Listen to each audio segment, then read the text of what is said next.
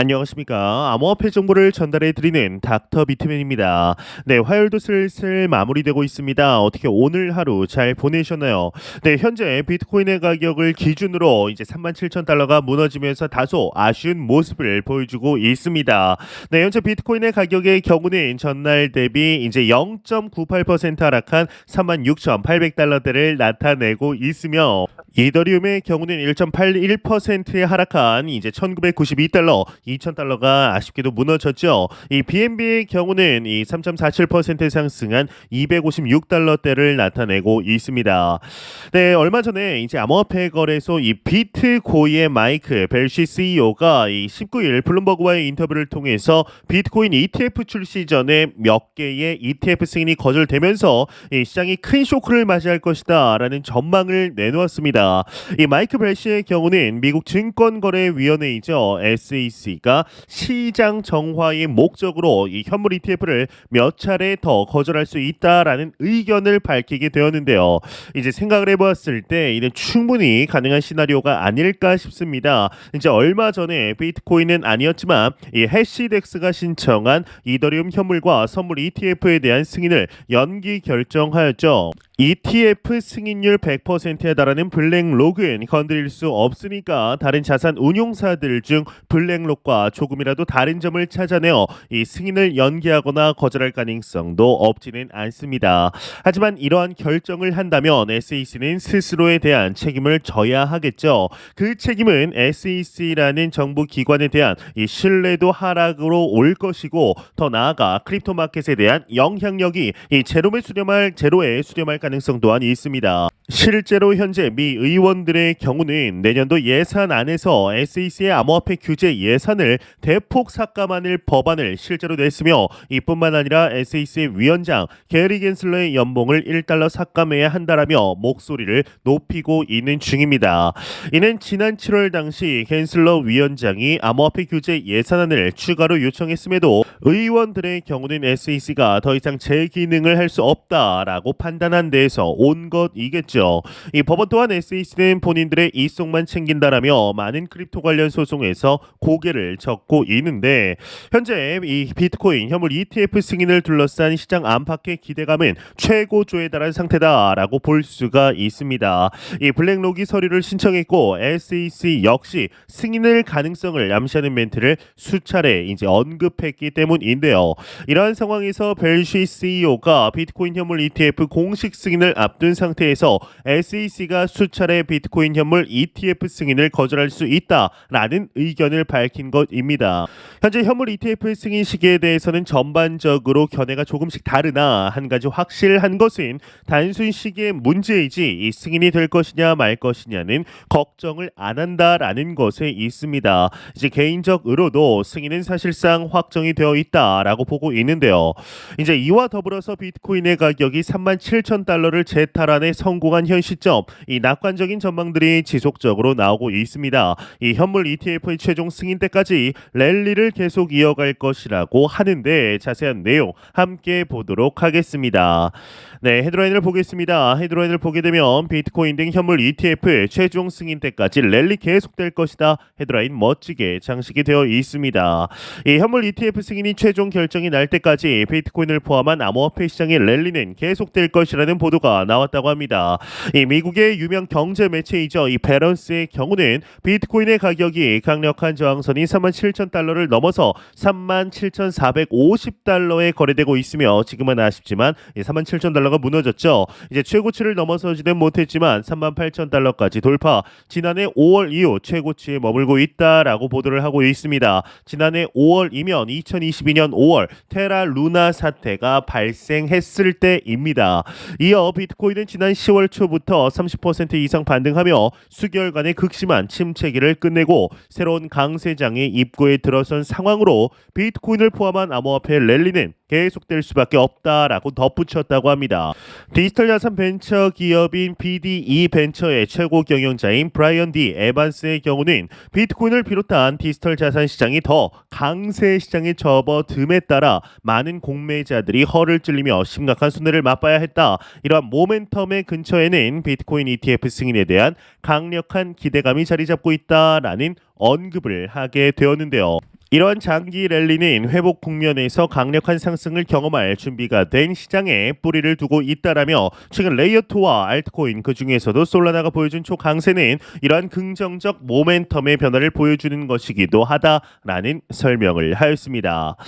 네, 현재 이제 현물 ETF 관련하여서 긍정적인 시그널들이 지속적으로 나오고 있습니다. 과연 앞으로 어떻게 진행이 되게 될지 이 현물 ETF라는 초대형 호재가 임박함에 따라 이뿐만 아니라 내년 4월로 예정되어 있는 비트코인 반감기 그리고 미 연준의 12월 과연 제롬 파월이 어떠한 언급을 하게 될지도 기대가 되고 있는데 이 세 가지 피벗에 대한 기대감 또한 나온다면 이와 비슷한 언급이라도 조금이라도 나온다면 12월 산타 랠리까지 기대할 수가 있습니다. 이렇듯 악재가 이제 호재로 바뀌는 이러한 시점에 상승 사이클이 이제 막 시작하는 현 시점에 우리는 현재 실제적인 투자 이어가고 있습니다.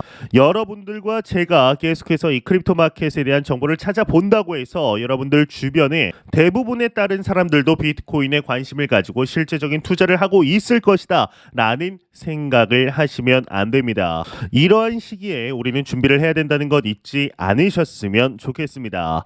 네, 이런 소식과 더불어서 리플의 CBDC 부총괄 이 제임스 윌리스의 경우는 이 이제 금융 접근성이 취약한 이들을 위한 이 금융 포용을 통해서 CBDC 경쟁에서 우위에 서게 될 것이라는 포부를 밝히게 되었습니다. 이 제임스 윌리스의 리플 CBDC 부총괄은 어제이죠 19일 리플의 공식 유튜브 채널을 통해 리플이 금융 서비스에서 소외된 계층을 타깃으로 설정해 향후 CBDC 경쟁에서 우위를 점할 것이라는 점을 강조하게 되었는데요. 윌리스는 리플의 CBDC는 금융기관 접근성이 취약한 세계 각국의 사람들에게 금융 서비스를 제공하는 것을 목표로 할 것이다 라는 설명을 하게 됩니다. 이제 현재 리플은 여러분들도 잘 아시겠지만 리플의 블록체인인 리플 레저 즉 XRP 레저를 활용한 CBDC 전용 플랫폼 이 리플 CBDC 플랫폼을 지난 5월 출시하면서 국제은행 간 통신협회이죠 스위프트와 본격적인 CBDC 경쟁에 나선 상태입니다. 현재 시간이 지날수록 리플사의 실제적인 유스 케이스 중앙은행들과의 협업을 통해 영향력을 넓히고 있는 것을 확인할 수가 있는데요. 이 윌리스는 소득이 낮고 금융기관과의 관계성마저 적은 이들은 신용기록의 부재로 인해 미래에도 금융 서비스에서 배제될 확률이 높다라면서 은행 서비스는 은행 주주들의 이해관계에 따라 금융 서비스를 제공해 수익 창출이 어려운 곳을 배제하기 마련이었다라고 설명하게 되는데 이 리플사의 경우는 CBDC를 통해 금융 서비스 포용이라는 헤드라인을 결고 이제 확장을 도모하고 있습니다. 이 소외된 이들에게도 효율적인 금융 서비스를 제공한 것을 과거부터 이제 비전으로 삼고 있는 걸 우리는 확인할 수가 있는데요. 현재 실제적으로 이러한 목표를 하나둘씩 이루고 있는 중이죠. 리플은 이 리플 CBDC 플랫폼을 토대로 현재 약 20개국의 중앙은행의 CBDC 개발에 참여를 밝힌 상태입니다.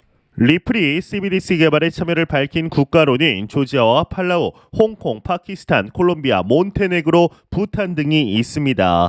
현재 이처럼 리플사 관련 긍정적인 소식들이 지속적으로 나오고 있는 상황 속에 신 리플 변호사로 유명한 인물이죠. 이 존 디튼에게서 SEC의 소송의 핵심에 관한 견해가 나왔습니다. 이 유틸리티 토큰이라는 것이 핵심이라고 하는데 자세한 내용 함께 보도록 하겠습니다. 네, 헤드라인을 보겠습니다. 헤드라인을 보게 되면 리플 지지 변호사 SEC와의 소송 핵심은 XRP가 유틸리티 토큰이라는 사실이다. 헤드라인 멋지게 장식이 되어 있습니다.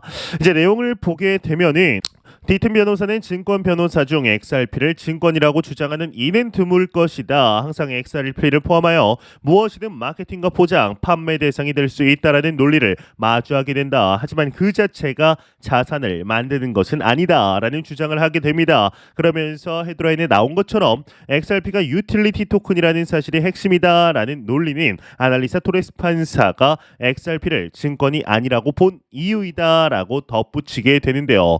그러면 그러면서 리플 소송의 법치주의를 강조하며 경험이 능숙한 증권 변호사 중 XRP의 증권성과 관련하여 다른 관점을 제시하는 이들이 있다라는 사실이 놀랍다. 일부 변호사가 다른 관점을 제시하는 것은 미국 정부가 추구하는 바를 개의치 않기 때문이라고 본다라고 전하게 됩니다.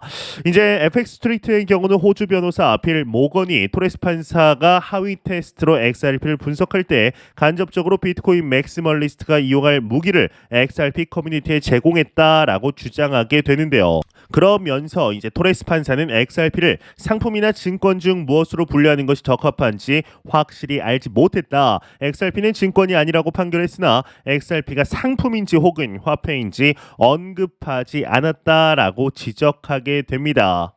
네, 참 현재 리플 관련하여서 많은 소식들이 좀 나오고 있습니다. 이제 과거부터 리플사의 사업적인 측면 그리고 파트너십적인 측면에서는 정말 나무랄 데가 없는 것이 사실입니다. 이거는 그 누구도 부정할 수가 없죠. 그렇지만 참 투자자들 입장에서 실제적으로 참 아쉬운 것이 이 XRP 자체의 가격입니다. 내가 사면 더 떨어질까? 이제 팔면 오를까? 투자자분들에게 애증의 코인으로 불리우고 있는데 이와 더불어 초대형 속보라고 해도 과언이 아닐 소식 한 가지가 더 나왔습니다. SEC가 XRP를 더 이상 미등록 증권으로 보고 있지 않은 것 같은데요. 자세한 내용 함께 보도록 하겠습니다. 네, 헤드라인 보게 되면은 외신 SEC 크라켄 기소장에서 지목한 증권성 토큰 목록에서 XRP가 빠졌다라는 소식이 나왔습니다. 이 미 SEC가 현지 암호화폐 거래소 크라켄을 미등록 증권 판매 혐의로 기소하며 제출한 증권 성격 암호화폐 목록에서 XRP가 빠졌다라고 전했습니다. 이제 SEC는 크라켄 기소장에서 솔라나, 에이다, 알고랜드 등 총 16쪽 암호화폐를 증권으로 언급했는데 이 크라켄이 등록 없이 해당 암호화폐들의 거래 서비스를 제공했다며 미등록 운영 혐의로 기소한 바 있습니다. 크립토 베이직은 SEC는 지난 7월 리플에 패소했고 미국 소재 거래소들은 판결 직후 XRP를 잇따라 재상장했다. 최근 SEC가 XRP를 증권이라고 언급하지 않은 것은 거래소에서 거래되는 XRP는 증권으로 볼 수 없다는 법적 근거가 마련됐다라고 진단하게 됩니다. 네, 개인적으로는 참 놀랍습니다. 이제는 사실상 SEC도 이 XRP와 관련해서 소송으로 승소의 가능성이 없다라고 판단하는 것일까요? 이 늦은 감이 없긴 하지만 이 크립토 마켓과 관련하여 본인들의 전략이 너무 안 좋은 방향으로 흘러들어가고 있다라는 것을 드디어 자각한 것으로 보이는데요. 상황이 참 재밌어진 것 같습니다. 과연 앞으로 SEC가 XRP와 이 리플사 관련하여 어떠한 행보를 보이게 될지 이 추가적인 소식 나오는 대로 바로 알려드리도록 하겠습니다. 네, 공포탐욕 지수 한번 보도록 하겠습니다. 전날 대비 2포인트 상승한 71포인트 기록하면서 여전히 그리드 이 탐욕 단계 나타내고 있습니다. 이 지수는 0이면 공포, 100이면 낙관을 의미하게 되죠. 네, 이제 비트코인의 불장의 사이클이 시작됐다라는 분석들, 이야기들 계속해서 나오고 있습니다. 특히나 이제 2021년 당시에는 작두를 탔다라고까지 불리우던 이 애널리스트의 플랜 B가 이 스톡 투 플로우 모델에 다시 한번 비트코인의 가격이 수렴하기 시작했다라면서 좀 화제가 되고 있는데요. 이 비트코인이 신고점을 달성한 후에 이제 800일이 지나면서 본격적인 이 상승장이 좀 시작되고 있는 것 같습니다. 과거 차트를 보았을 때 말이죠. 실제로 이 사이클 자체는 3번 반복되어져 왔고 이번이 4번째가 될 것으로 보입니다. 이제 현재 우리의 위치는 800일이 이제 사이클이 시작되기 직전에 있습니다. 놀랍게도 이미 비트코인은 15K 15,000달러에서 37,000달러까지 상승했습니다. 매번 사건 하나에 이제 하나하나에 집중했다면 결코 쉽지 않은 상승이었다라고 평가하겠지만 이 차트만 놓고 보면 나름 계단식으로 잘 상승해온 해였다라고 볼 수가 있겠는데요. 이 비트코인은 특히나 2023년에 그간의 데이터를 그대로 따라오는 모습을 보여주었습니다. 이번 달은 전통적으로 올랐다고 하면 올라줬고 내렸다고 하면 이제 내려줬습니다. 이렇게 정직하게 오를 수가 있나 싶을 정도의 모습을 보여주었습니다. 역시 예측이 가능한 투자는 비트코인이라는 생각이 들 정도였습니다. 이제 2022년에 계속되는 하락을 겪고 2023년이 되었는데도 여전히 많은 사람들이 비트코인이 더 오를 수 있으리라는 생각을 잘 하지 못하고 있습니다. 이 영상을 보시는 여러분들과 저의 경우 이 비트코인이 계속해서 오를 것이다라고 너무나 당연하게 생각을 하고 있는데, 이 당연한 것이 다른 사람들에게는, 대다수의 사람들에게는 절대로 당연하지 않다라는 것을 이제 이해하고 계셔야 됩니다. 비트코인 저점이 15,000달러에서 현재 37,000달러, 거의 이제 37,000달러 조금 무너졌지만 대략 37,000달러라고 했을 때 무려 100% 이상 오른 것입니다. 그런데도 추가 상승에 대해서 의심하는 이유는 과연 무엇일까요?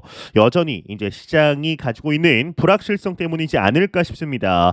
현재 직면해 있는 경제적 상황이 결코 쉽지는 않습니다. 이 고금리가 계속된다라는 점은 향후 투자 시장의 미래를 좀 어둡게 보게 만드는 것이 사실입니다. 하지만 미국 주식을 보면 AI와 반도체 관련주들은 신고가를 달성했습니다. 이 전망을 밝게 보는 곳은 놀랍도록 좋은 성과를 내줬습니다. 이 코인도 마찬가지입니다. 지금을 세미 불장으로 보는 사람들도 있는 이유는 이 비트코인의 상승 이후 알트코인들이 함께 올라주었기 때문입니다.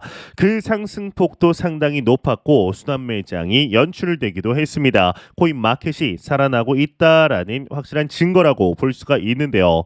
이 비트코인을 들고 있는 투자자들은 여전히 의심합니다. 비트코인이 이 정도 올라줬으면 이제는 조정을 받지 않을까 생각합니다. 너도 나도 2024년 반감기를 이야기하는데 과연 비트코인이 더 오르겠냐라는 생각을 합니다. 이제 비트코인은 특히나 투자를 지속하다 보면은 어느 지점부터는 믿음의 문제가 됩니다.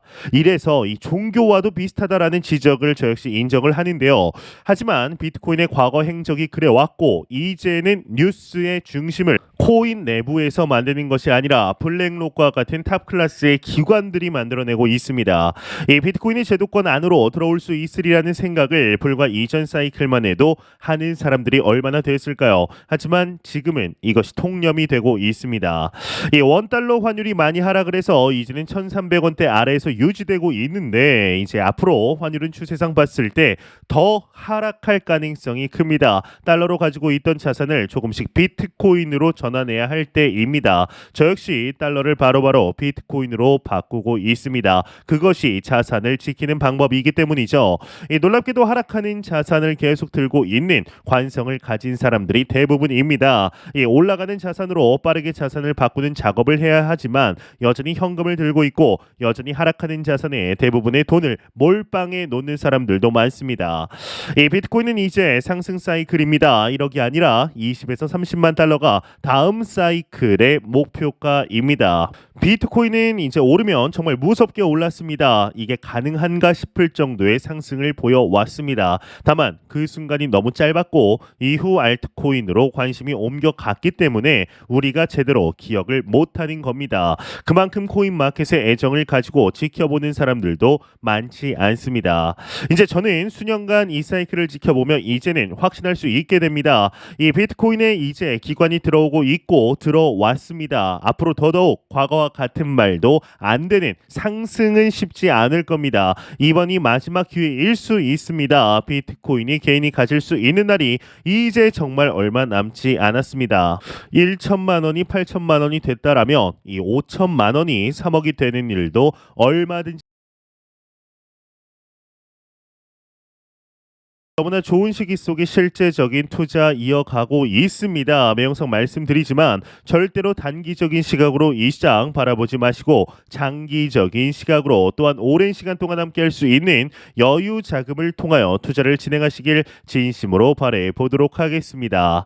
네, 제가 준비해온 소식은 여기까지입니다. 영상이 도움이 되셨다면 구독과 좋아요 그리고 광고 한 편만 처음부터 끝까지 시청 부탁드립니다. 이 채널은 오직 광고 수익으로 운영이 되게 됩니다.